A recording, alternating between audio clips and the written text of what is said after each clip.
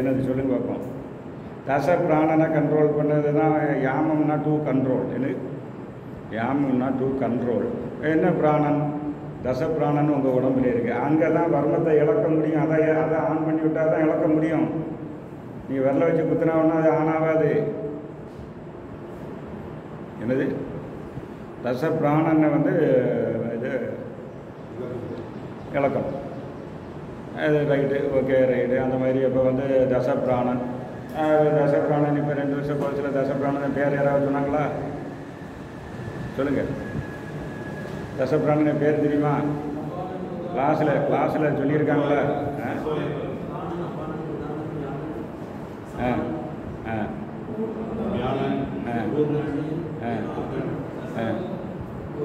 அது இன்னொரு 5 இருக்குது. இன்னொரு 5 இருக்குது. முக்கியன் எழுதிருங்க.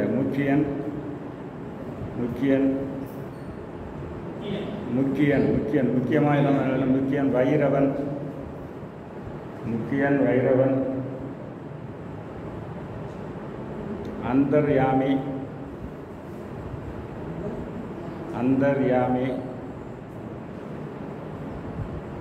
பிரபஞ்சனை கந்தர்பன். இப்படி 5 வாயு. இதெல்லாம் ரொம்ப முக்கியமான வாயு. சரி ரைட்டு. இப்போ தசவாயு பேர் இந்த நமக்கு இப்போ நீங்கள் வெளியே புக்கு படித்தெல்லாம் கேட்கல. இதுவரை படித்த சிலபஸில் வந்திருக்கான்னு கேட்டேன். சொல்லியிருக்காங்களா? இல்லை. இதுதான் குழப்பம். அது அப்போ சொல்லணும்ல. இதை ஏன்னா இதை இழக்கணும்னா இதெல்லாம் வரணும். இது ரைட்டு. அப்போ இதுக்கு என்னாச்சுன்னா உங்களுக்கு வர்மங்கள் கடைசியாக பார்த்தா இந்த ஆதாரங்களில் தான் கனெக்ட் ஆகுது. ஆதாரங்களில் கனெக்ட் ஆகி அதுக்கப்புறம் அது வாயுவில் கனெக்ட் நாடி சேனலில் தான் ஓடுது. இதில் எனர்ஜி கொண்டு வந்தால் தான் வர்மம் இழவும். என்னது? இதில் எனர்ஜி கொண்டு வந்தால் தான் வர்மம் இழவும். இங்கே நீங்கள் உட்காந்து கொடுத்தால இனி எங்கேயுமே உட்காருவாங்க. வர்மம் ஒரு பெல்லு உடஞ்சா அது எவ்வளோ வெல்டு பண்ணாலும் சவுண்டு ஒழுங்காக வராது. அப்போ பின்ன என்ன, நோயாளி அங்கே உடஞ்சி தான் வரான். அவனா வெல்டிங் போட்டு வராங்கன்னா வேறு வழி இல்லை. சும்மா இருக்கிறான் உடச்சி நான் வெல்டிங் பண்ணி காமிக்கிறோம் பாரு. இப்போ சவுண்டு எப்படி வரும்? புரிஞ்சுதா? அதனால தான் Varma dream internal energy manipulation only தான். சேஃப் அண்ட் செக்யூர் மெத்தடு தான். இதை கண்டுபிடிச்சது நான் தான். ஏன்னா அதனால தான் எல்லா ஆசாமாரி என்கிட்ட படிக்கிறாங்க. கேரளா கவர்மெண்ட்டில் கொடுத்து அப்ரூவல் வாங்கியிருக்கேன். நேஷனல் வர்மா செமினார் நடத்தினேன் நான். அங்கே எல்லோரும் இதை தான் பாராட்டி இது பண்ணான். இப்போ உங்கள் உடம்பை தொடாமலே உங்கள் வர்மத்தை கிளியர் பண்ணலாம். என்னது? உங்கள் உடம்பத்தை அப்போ எப்படி கிளியர்னா உங்கள் ஆதாரம் ஃபார் எக்ஸாம்பிள் இப்போ மூலாதாரத்தில் எர்த்து கனெக்டடு பஞ்சபூதத்தில் எழுதிருங்க. நோட்டுக்கு அடிப்பாகத்துலேருந்து எழுதுங்க. ரிவர்ஸில் வருங்க. 5 மூலாதாரம்.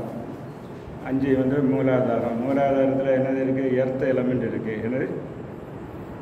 அப்போ எர்த்து இருக்குன்னா ஒரு டாக்டர் கேட்டார். அங்கே கோயம்புத்தூரில் ஒரு டாக்டர் கேஎம்சிஹெச்சில் கேரளா கோயம்புத்தூர்கார யாராவது இருக்கீங்கல்ல, கேஎம்சிஹெச்சில் தட்சிணாமூர்த்தின்னு ஒரு டாக்டர் படித்தார். கேட்டார், என்ன சார் மூலாதாரத்தில் எல்லாம் எர்த்து இருக்குன்னு சொல்லியிருக்கேன். நான் எத்தனை ஆப்ரேஷன் பார்த்துக்கேன், எர்த்தை காணலையே.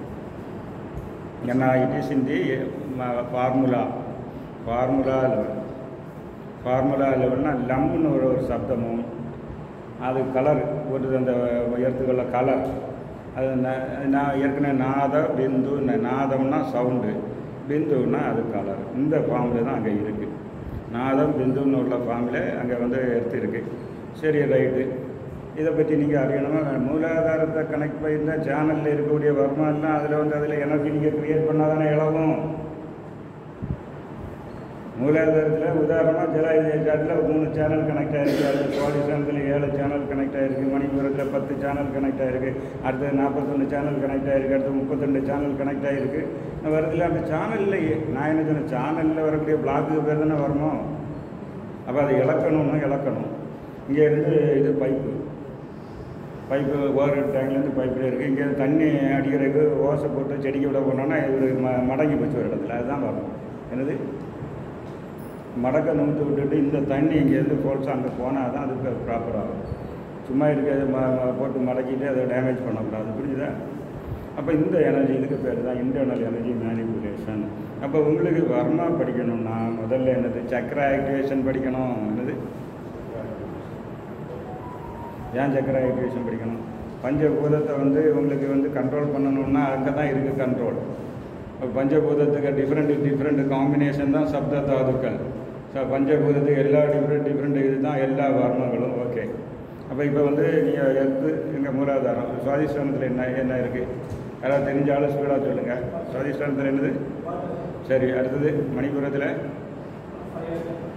வேறு அநாகதம் காற்று. அடுத்தது விசுத்தி வந்து ஆகாசம். ஆக்ஞையில்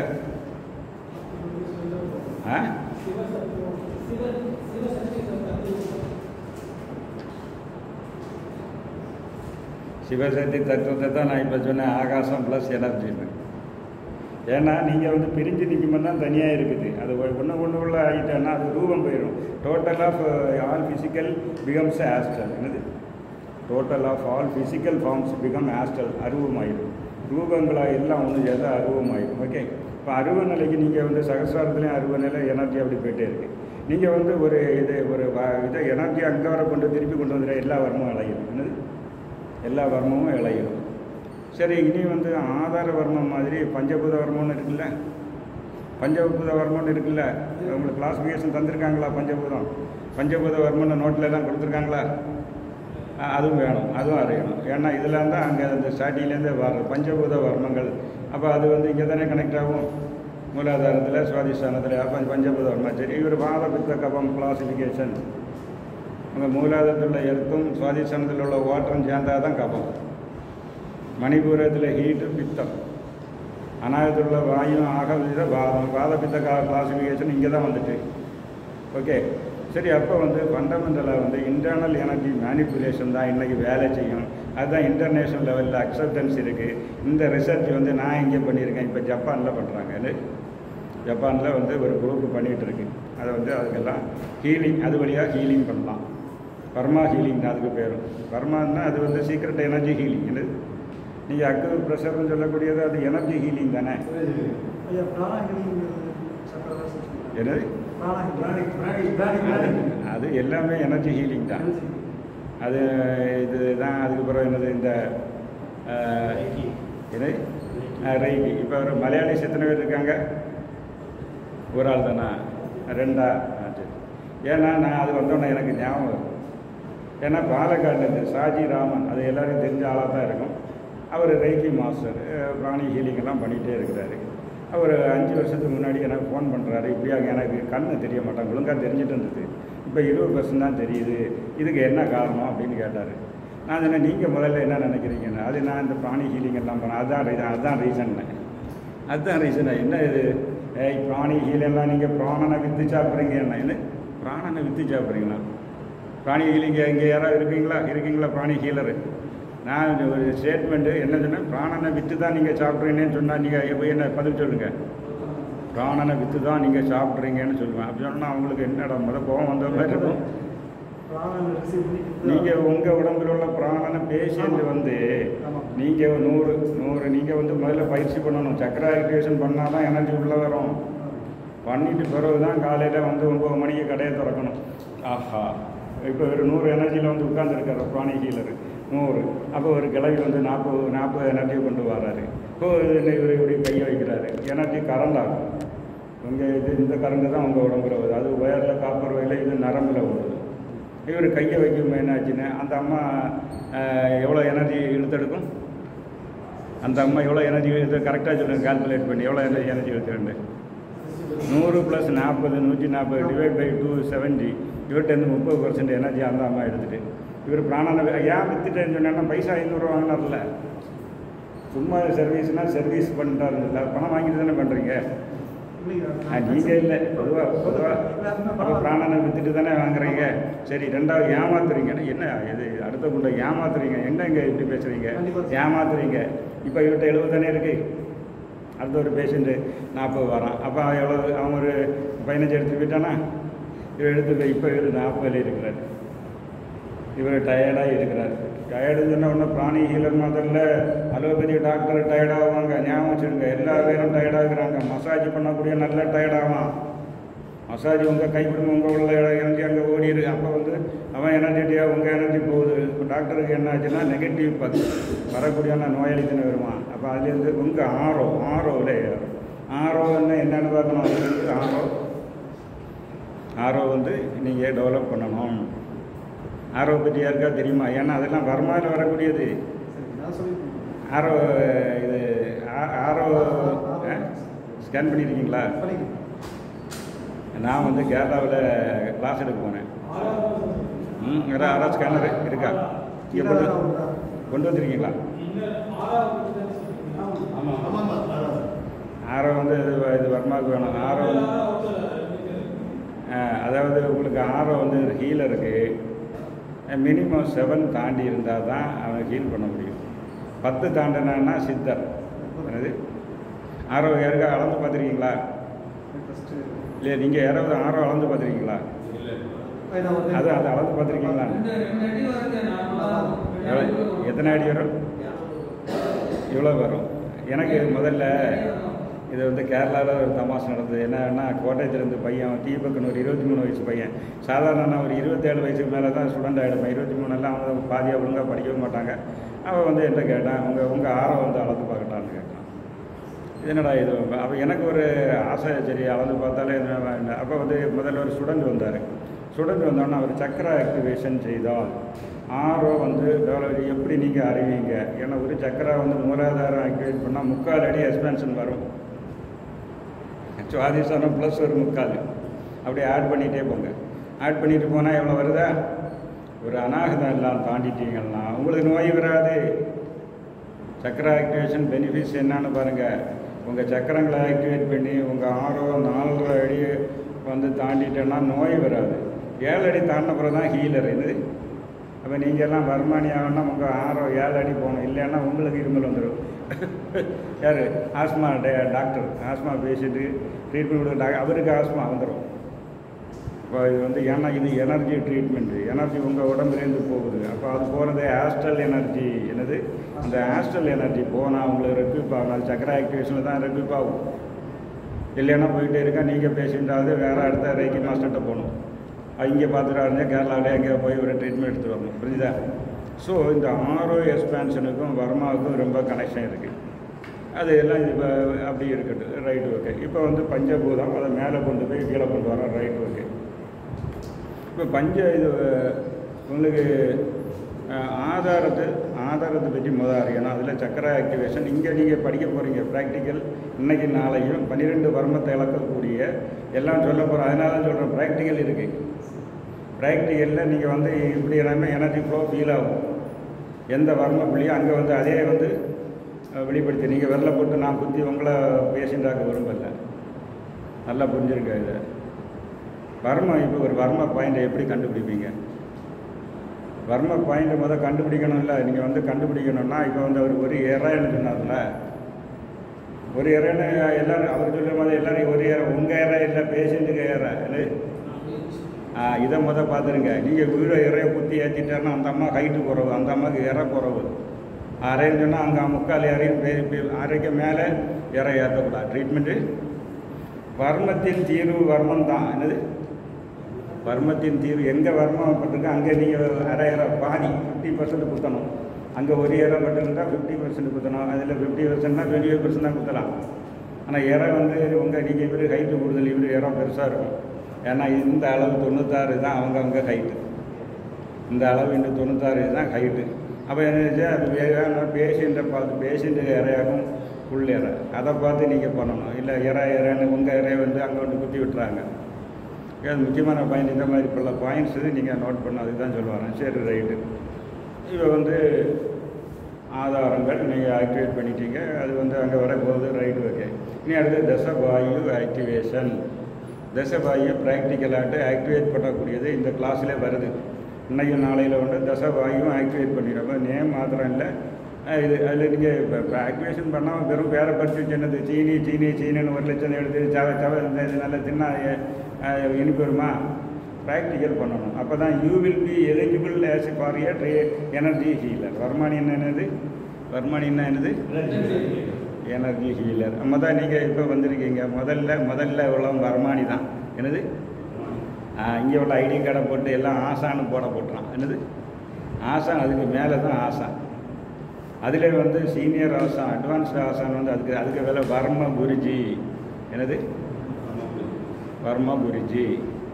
குரு நாடி தெரிஞ்சவன் தான் வர்ம குருஜி. என்னது இப்போ இவர் நீங்கள் பேசும்போது வந்து சொன்னார், என்ன சொன்னாருன்னா அமிர்த நிலை தெரிஞ்சிருக்கணும். என்னது அமிர்த நிலைன்னா என்னென்னு முதல்ல இவங்களுக்கு தெரியாது. நீங்கள் உங்களுக்கு சொன்னாங்களா யாராவது? அமிர்த நிலை இங்கே உள்ள ஒரு ஆசானுக்கும் தெரியாது. ஏன்னு சொல்கிறேன்னா அது இருக்க சிவயோகத்தில் இருக்குது, சந்திர யோகாவில் இருக்குது, அது திருமந்திரத்தில் இருக்குது. சந்திர யோகா யாராவது படிச்சிருக்கீங்களா? சந்திர யோகாவில் தான் இந்த அமிர்த நிலைக்கு சீக்கிரட் இருக்குது. அமிர்த நிலைன்னா இன்றைக்கி வந்து பெருவரில் இருக்கும், அடுத்து கால் படங்காலில் இருக்குது அப்படின்னு எல்லாம் படிச்சிருப்பீங்கல்ல. இது கிளாக் வைஸ் போகுது, இங்கே கிளாக் வைஸ் ஆன்டி கிளாக், பெண்களுக்கு நேரம் இப்படியெல்லாம் வருதுன்னெல்லாம் இது பார்த்தீங்களா? சரி, இப்போ கால் பெருவரில் இருக்குது, எவ்வளோ நேரம் இருக்கும்? ஒரு நாள் ஃபுல்லாக பிரதமே ஒரு நாள் ஃபுல்லாக இருக்குமா? என்ன ஆயிரம் எவ்வளோ டைமு? 1.25 இல்லை. ஒரு வந்து சின்ன வயசுக்காரங்களாம் 4.5 ஹவருக்கு ஒரு ரவுண்டு போயிட்டு வந்துடும். பெரியவங்களாம் 6.5 ஹவர். அது என்ன ஆச்சுன்னா அது life force, vital force, energy அங்கே இருக்குது. சூப்பர்வைசனுக்கு போகுது. எப்படி 108 வருமத்தை சூப்பர்வைஸ் பண்ணுறதுக்கு போகுது. அதுக்கு 4.5 ஹவர் ஆகுது. வயசானவனுக்கு கொஞ்சம் மெதுவாக தான் போகும். அதாவது 6.5 ஹவர். இந்த ஹெட் மாஸ்டர் முன்னாடி ஸ்கூலில் சித்திரை பார்த்தீங்களா, அப்படியே வந்து நீ முறைச்சி பார்ப்பார், ஜன்னல் வழியாக முறைச்சி பார்ப்பார். ரைட், ஓகே, இப்படி ஒரு ரவுண்டு போகிறதுக்கு தான் அந்த டைம். சரி, அந்த அதில் பின் பாயிண்ட் கீரல் வந்தால் செத்துருவாங்க, தெரியும்ல? அது தெரியுமா தெரியாதா?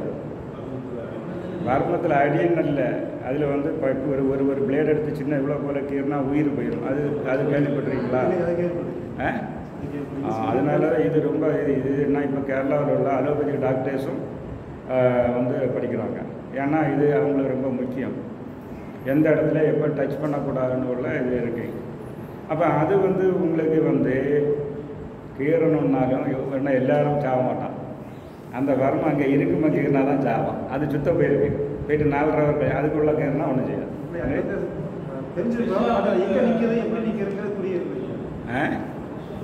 என்ன சொல்லுங்க?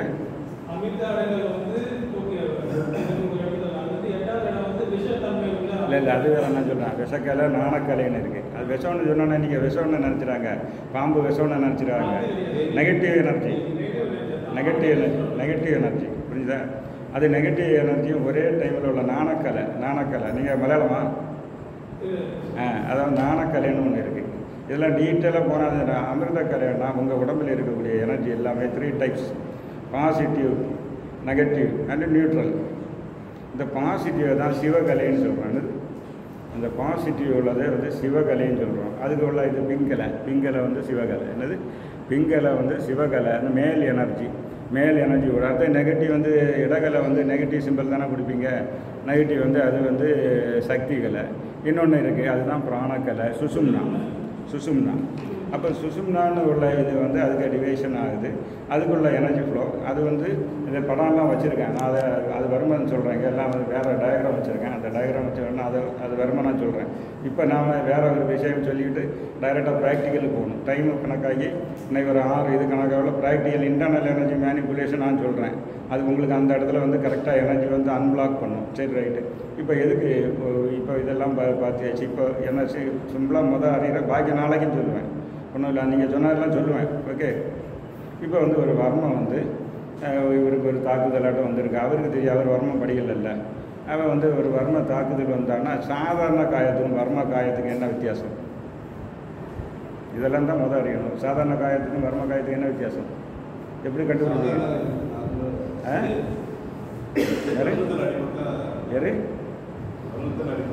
வர்மத்தில் நான் இப்படி கை வச்சுட்டு இப்படி வர்மத்தில் அடிக்கிறேன்.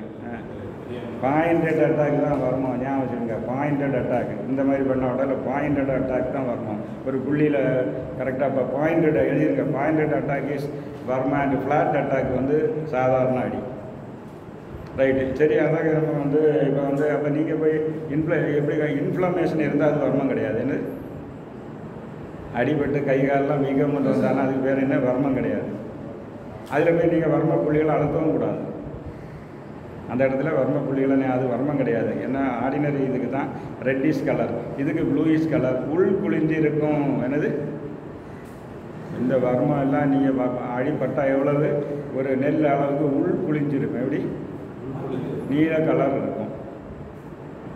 இதான் வந்து சரி. அதில் சில வர்மங்கள் நீல நிறம் அடிக்கும், அதை சுற்றி நீல நிறம் ஃபார்ம் ஆகும். அதை வச்சு சில அளவுகள்லாம் கண்டுபிடிச்சிடலாம். சரி, அது அந்த அளவில் இருக்கட்டும். இனி டீட்டெயிலாக செகண்ட் ரவுண்டு நம்ம இது வந்து படிச்சுக்கலாம். ஓகே, அதை நீங்கள் படிச்சுக்கலாம். இப்போ வந்து என்ன ஆச்சுன்னா, இப்போ வந்து ஆதார ஆக்டிவேஷன், நம்ம ஒவ்வொரு வர்மத்துக்கு என்ன ஆதாரம் தேவையோ அதை பண்ணுவோம். சரி, இந்த வாயுக்கும் இந்த தசவாயுக்கும் ஆதாரத்துக்கும் உள்ள ரிலேஷன் என்ன, அது அறியணும். அது தெரியுமா உங்களுக்கு? எந்த வாயு எந்த இதோட அட்டாச் இருக்குது எழுதிருங்க, எல்லோரும் எழுதுங்க. மூலாதாரம் வந்து இருக்கிறது